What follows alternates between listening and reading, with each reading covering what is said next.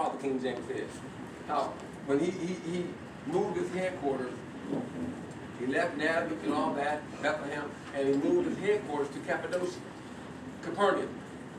And Capernaum was a main thoroughfare going from Egypt, from Jerusalem, all the way to Egypt. So when he did his miracles, a lot of miracles he did was in that whole thoroughfare. It's like doing something on the Bishop Ford when you have all this traffic versus on Kenwood. And so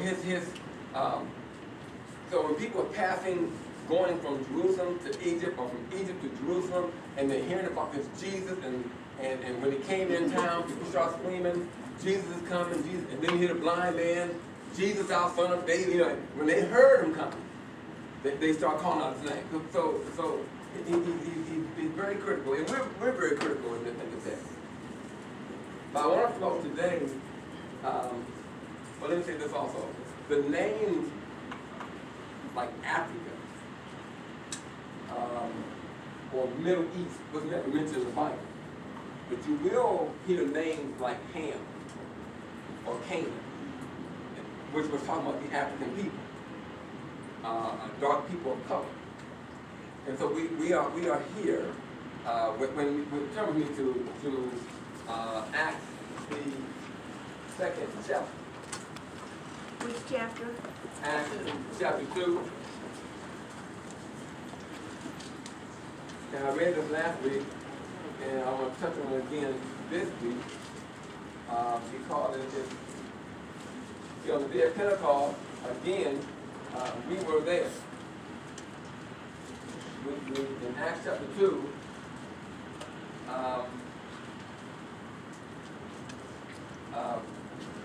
1 through 8 talked about when the Holy Spirit came like a rushing mighty wind, and it filled the whole place, and people began to speak in other tongues. But let me start verse 7, and then I'm going to read about where the people were from on the day of Pentecost when they received the Holy Spirit. It says, and they were all amazed, Acts 2 verse 7, and they were all amazed and marveled, saying to one another, behold, are not all these Galileans? And how hear we every man in our own tongue, wherein we were born? So understand, God was inclusive of all ethnic groups, because then he said, and he tells you where they're from. The Parthians, the Medes. This is all in the Persia, people from here were in the Persia, Iraq, well I should say Iran, Iraq area of today. The Parthians, the Medes, the Elamites, Mesopotamia, Judea, Cappadocia, Pontus, Asia, Phrygia, Pamphylia, Egypt, Libya, Cyrene. All those three are all Africa. But you won't see the word Africa. Egypt, obviously part of Africa. Libya is part of Africa. Cyrene is where Ghana would be today, the northern part of Africa. And strangers of Rome and Jews and proselytes, Cretes, Arabians. See, all these folks got the gospel. All these folks of color got the gospel. And had been preached in our whole area for hundreds of years. By the time Paul went to his second missionary journey and crossed over into Europe, that's when the Europeans really fully got the gospel. It was not preached to them like that. Rome was a major power, so they knew about it. But for the most part, when Paul crossed over, he got a vision. And the Bible says a man from Macedonia. And Paul had a vision. And the man from Macedonia, one man. And he said, come over here and help us. And that's when Paul crossed over into Europe and began to preach the gospel all up in the European area. But up until then, it was preached in the whole African area. So these names are important. Now let me flow now into why we do things in the name of Jesus. I want to deal with the African aspect, but now more so doctrinal. Names definitely and critically are important. We tend to want to overlook it. You wouldn't want to name your child Jezebel. No.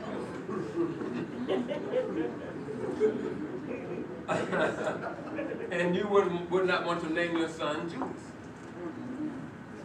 You know, when a name, there's I'm trying to think of his name. I came here reading an article, and there's one of the babies in this Hebrew name was stupid. It meant stupid. Now imagine every day when someone calls, come here, stupid. You know, when you're called that enough, you tend to become or start acting like the name that's given. And so we have to be very careful, even when we name our children. What do those names mean? You just can't name a child any old thing. So it's critical. When you know, by thy words thou shalt be justified, and by thy words thou shalt be condemned. And we speak things over people all the time, unbeknownst. You know, our children, I hear parents cuss their children in such a way and call them names. And come here, you little idiot, you little blankety, blankety, blank. And that's all they hear. And then we wonder why are people acting the way they act? The soul itself is so important. Our soul, we have no clue the depths of it when God says how he loves our soul. Man became a living soul. Things can happen. There are some things we do today based upon what our great-great-great-great-great-grandfather and grandmother did. It's been passed down genetically. I mentioned once before, I mentioned again. Scientists was, they always using rats as models. And they use these little rats. For 5 generations, what they would do is spray a cinnamon scent in this little area where they play. And then they'll put on an electrical shock. And of course, you know, the rats will smell the cinnamon, but they're still moving around. But then they push the button and send a shock. Then they can jump, you know, they shock. So they did it for a long period of time. And then 2nd generation, when both parents had babies, and the baby had babies, and the baby had babies, down to the 5th generation, when they would spray the cinnamon scent, even though the 5th generation was never born, they still jump. You know? And so sometimes we see people doing stuff, and we have no idea why they do something like that. It is critical. That's why the Bible talks about, I'm not going to get into it, generational curses. And there are generational blessings. Things affect the soul for generations. And we get on them for, why in the world did so-and-so do what they did? And they don't know. They weren't born generations ago. But these things are all interconnected. And the words we speak over folk, when God used words to make all of creation, and we are a people of words, and we speak words over folk. And the things we say sometimes to one another, we are sometimes cursing one another. And when the Bible talks about cursing, it's not talking about profanity. You're speaking negatively over someone. Out of the same mouth come blessings, James said, and cursing. And he said it ought not be so. And the words we speak over one another should be words of positive, words of blessings. You know, even though they're doing wrong, you're speaking, hey, you can do it, you can do better. You will, you overcome. That's what the Bible does for us. You're overcomers. You're kings. You're priests. Here we are, sinful dust. But he's speaking words over us all the time. So the names we speak are critical. The Bible talks about in Philippians 2:9 how he gave him a name that's above every name. He gave him a name that's above every name, which is in heaven, earth, and under the earth. And he goes on to talk about how at the name of Jesus, every knee shall bow in heaven, things in the earth, and things under the earth. That name covers 3 worlds. The name of Jesus covers all the names that's in heaven. It's over all the names that are on the earth and all the names that are under the earth. Everything has to bow down. Nothing is excluded. Colossians 3:17. I'm going to send you all these notes. Colossians 3:17 talks about whatsoever you do in what? In word or in deed, whatever you speak, whatever you do, he said, do all what? In the name of Jesus Christ. So it's critical to understand why the name is so important.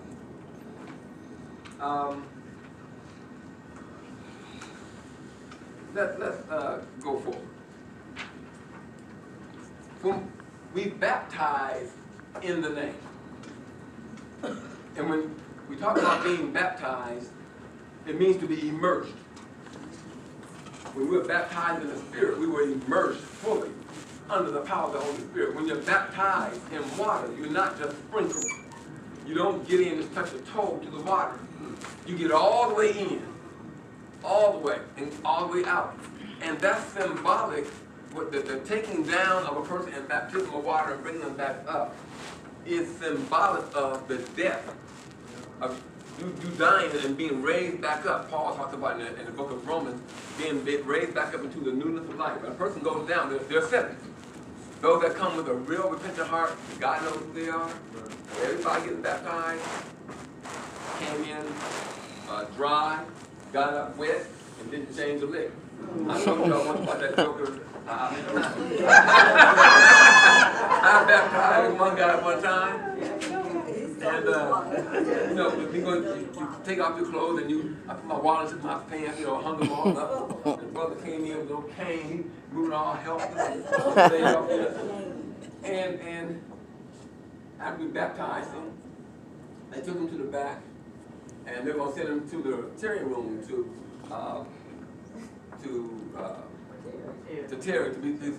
speak in tongues. Now, let me say this, and I'll keep moving. And just whether a person speaks in tongues or not does not mean you're more saved or less saved than somebody else. And I know some of the people here in the church still teach that. But it's absolutely incorrect. And that's a whole other thing I might need to touch on. Speaking of tongues and what it really means and what it represents. But it does not mean because you didn't speak. Because the Bible says, be signs. S, plural. These signs shall follow them that believe. And then a list of signs, we focus only on one. But anyway, this guy was all crippled. They baptized him. They're going to send him over to the Terry room. He said, no, I got to go. I won't be able to make it. Well, I didn't know that joker hit my wallet. That joker, that crippled demon.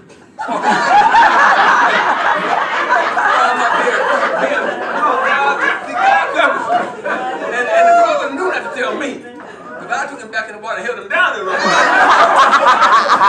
He sure would have been filled, but I got to get him back. And one of my good friends, he passed away, Brother Gary. He passed away now, but he saw it. He didn't say nothing. Brought it in my wallet, put it in his stuff. They went to baptize him. Gary went and took my wallet out of his stuff, put it back in my pocket. When he came back, he said, let's go to the Terry room. No, I gotta go home. He tipping out the door. They let him go. And it wasn't until later, Gary said, Colin, that the guy, we might even want to go over there because he stole your wallet. I said, where is he at? Stay in the spirit. But we got it. Some brothers went down and talked to him. I don't know what they said. But nevertheless, it means to be immersed in water. And we're buried with him in baptism. When you go down, you're being buried as if you're dead. And you're being brought back up into the newness of life. And this word, Jesus, he says his name means something. Every time you say his name, it means deliverance. It means salvation. He's going to deliver you from everything. He's going to save you from everything. His name is very powerful. We talked about people's names, Jezebel and Judas. But the name of Jesus is salvation. His name carries with it wisdom, holiness, love, mercy, power, forgiveness, humility. Jesus Christ is here to cover us in everything we do. And everything is to be done in his name, not in his title, but in his name. Now, we don't baptize because it's a denominational thing. The Bible speaks of that type of type. You go beyond what your denomination does. Because different denominations baptize differently. Some only baptize in the name of the Father, Son, and Holy Spirit, because that's the only revelation they got. And I'm going to deal with that. And I'm not saying they're not saved. They still believe in the same Jesus we believe in. Some don't have a full understanding of the name. In fact, I was invited to a Baptist church years ago, and they want me to teach on the name. Now, I told the pastor, I said, now, I thank you for inviting me, but let me tell you where I'm going with this. Because I don't want to come to your church and start something. You know, I want to go somewhere and talk about something that we all can flow in. I'm not going to pick up a topic where we're going to end up fighting. And then, if you start too much trouble, they'll never invite another Pentecostal or another minister from the church. Just be very careful. You want to keep the door open so that the body can flow. So we don't teach because of it's a denominational belief. We don't teach we don't baptize because it's a traditional thing. But we teach baptism because it is commanded by God's word. Now, turn with me to the book of Exodus. Exodus chapter 3. Verse 13 and 14. And then we're going to turn to Isaiah 9, verse 67. The name of God was always important because people gave God names based upon what he did. That's where we get all these Jehovah Sikkenu, Jehovah Shalom, Jehovah Rapha. All these different Jehovah's names meant God was their peace. That is, in this case, he was their righteousness. In another case, he was their flag. In another place, he was the healer. So they named him based on what he did. But in Exodus, Moses was one of the first one to ask God about his name. God would send him back to his people. In Exodus 3, verse 13, Moses said unto God, behold, when I come unto the children of Israel, and shall say unto them, the God of your fathers hath sent me unto you, and they shall say to me, what is his name? What shall I say to him? I just can't go say God, honey. What should I say? God said to Moses, I am that I am. And he said, thus shall thou say unto the children of Israel, I am has sent thee. That word I am is derived from the verb meaning to be or to exist. I am the self-existent one. I am God all by myself. I made everything. That's why sometimes in the Bible you see the word Lord mentioned all caps, L-O-R-D. And if you look at it, it's all caps. Other times you just say capital L, O-R-D. Same God, but he's talking about himself in a different way. Whenever you see the word Lord with all caps, it's talking about the Almighty Creator. I made everything. Other times you see him with a capital L-O-R-D, and you have to read the verse to find out what manifestation of himself did he give. Was he the healer in that instant? Was he the peace in that instant? And so forth. In Isaiah, they talk about his name. But each time, when God talks about his name, or the prophet talks about his name in the Old Testament, they gave examples of who he was to be, but wasn't fully a name. When God said, tell them that I am sent you, then I tell them that I am the self-existent one. But that by itself is not fully a name, but it was enough. What am I going to question? But Isaiah then asked the question. In Isaiah 9, the 6th verse, we hear it all the time, especially around Christmas. For unto us a child is born, Isaiah 9, verse 6. Unto us a son is given, and the government shall be upon his shoulders, and his name shall be called Wonderful, Counselor, the Mighty God, the Everlasting Father, the Prince of Peace. Of the increase of his government and peace there shall be no end upon the throne of David and upon the kingdom, to order it and to establish it with judgment and with justice from henceforth even forever. The zeal of the Lord of hosts will perform this. His name should be called Wonderful and Counselor and Mighty God, Everlasting Father. But those aren't really names. Those are part of his title. But he is wise. He is a counselor. But what really till you get into the New Testament, that the fullness of his name is brought out. I'm thinking of saying this, but I can't find the scripture, I won't say it. So, when I'm talking to people,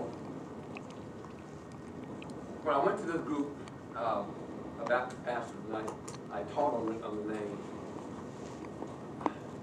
One day, shortly after they came here at the church, I got a call. Pastor so-and-so, so-and-so, so-and-so, so-and-so here. Oh, gee. I went downstairs and talked to them. You know, they got baptized.